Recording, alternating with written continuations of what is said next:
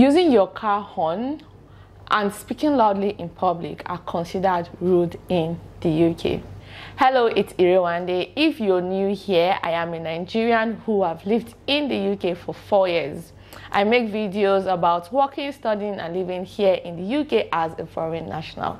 If you're interested in topics like that, join the community by subscribing to this YouTube channel. Likewise, follow my Pathway UK on Instagram and on Facebook for more information about life in the UK. Today's video will discuss 10 things Brits find rude or awkward, just to give you heads up when you are relocating to the UK.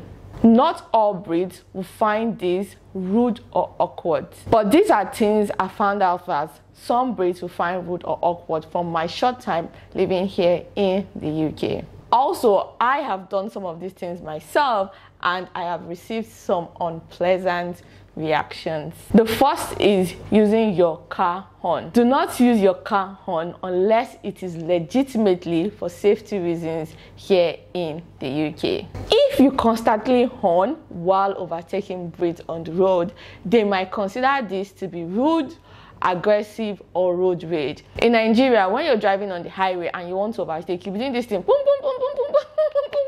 Like you will consistently horn until you overtake the person. But if you do that here in the UK, it's actually considered rude or aggressive or kind of road rage. Try not to horn unless you have a legitimate reason for horning or it's for safety purpose. One thing I've observed on the road here in the UK is that I hardly hear people horn. Like I hardly hear the horns of car. Like the road is quite quiet. You don't hear people horning unnecessarily.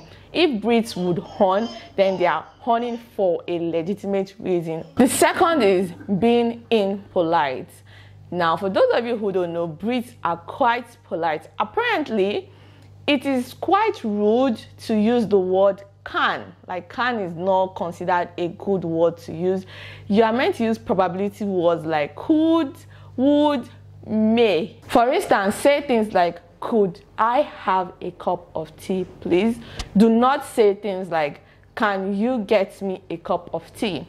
Now, don't use the word can and then you didn't put please at the end. Now, this brings us to another point under being impolite. Always say sorry, thank you, and please when appropriate. Brits love apology. For example, if you bump into a Brit, they are most likely to apologize to you, even if you are the one that did the bumping. The third is whatever you do, do not ask Brits about their finances. Asking Brits about their finances is considered rude.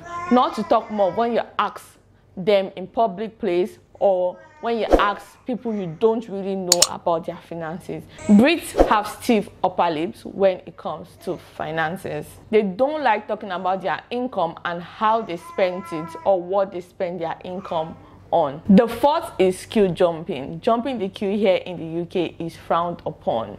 When I first came to the UK, I once jumped the queue unknowingly. So I was in a shopping outlet, a clothes shopping outlet here in the UK, and everyone was just standing scatteredly. And when the cashier came to the counter, because she wasn't in the counter, so when she came to the counter, I just went in first, and everyone just gave me that bad stare, like, no, you don't do this. So the cashier actually told me that, oh no, she thinks I was not the first person to come to the queue. And I didn't even know people were standing there on the queue. I thought they were just standing randomly because they were not like on a queue. They were just standing. Apparently, in the UK, they necessarily don't need to be a queue. They can be like 4 people close to the counter area. And they literally know when they got there. So anytime you want to go and pay for an item on the counter, make sure you look around and see that, okay, you're probably the only one there or there are 2 more people there. So you just know that you're after those 2 people. Like they just know who is next and who is not next. Like there was not a queue, but I kind of jumped the queue. So queue jumping in the UK is frowned upon. Like it's really frowned upon. They will give you this very, very, very bad stare. Still on queue jumping, if you're in the supermarket and you're on the till you want to pay, and there's a queue and the person at your back has like 1 or 2 items, and then you have a basket full of things, you are meant to allow the person with 1 or 2 items to go first to just pay before you check out your basket full of things. So it's just courtesy, I think. So that's another funny thing with queue. But whatever you do in the UK, do not jump the queue. Brits do not like when people jump the queue, and now I'm used to it. The fifth is showing up without an appointment. Now, whatever you do in the UK, do not turn up to people's doorstep uninvited or unannounced. Make sure you give them heads up. Make sure you call to ask if it is okay to visit or when would be the appropriate time to visit. Do not show up to people's house unannounced or uninvited. It is rude and awkward. Likewise, do not show up to organizations without an appointment. You have to call to book an appointment or email to book an appointment, because if you go into an organization here in the UK and you don't have an appointment, they will literally just not attend to you, or they probably will book you an appointment there, or they'll probably tell you to call or email them for an appointment. So you just don't show up without an appointment to places. No, you call ahead, you email, and you get an appointment to show up to places. The only cases in which you can show up without an appointment is if the organization you're going to does not need you to book an appointment, or you're using the hospital emergency service. You can go without an appointment. Please and please do not show up to places unannounced, uninvited. Book ahead, call ahead. The sixth is personal space. Now, Brits love their personal space. When you're on the bus and you want to sit beside someone, do not sit too close to the person. At least leave like some space. And if you're on the train and there are other empty seats, sit on the empty seat. Don't go and sit too close to somebody. Like, Brits kind of don't like that, because they'll just give you this stare like, dude, there are other seats in the train. Why is it not close to me? Still on personal spaces, if you are from a culture where people tend to share their personal information with people they don't really know, or people you might consider strangers, please don't try that here in the UK. Do not ask people for their personal information, and do not share your personal information, because it can be considered rude here in the UK. But it's funny that they don't share personal information. And there are some things where I come from I considered personal. Like when I was pregnant with my son, when I go anywhere, people always ask me, oh, what is the gender of your baby? Do you have a name for the baby yet? And I'm like, is that not meant to be personal? But I just be like polite and just tell them anyway.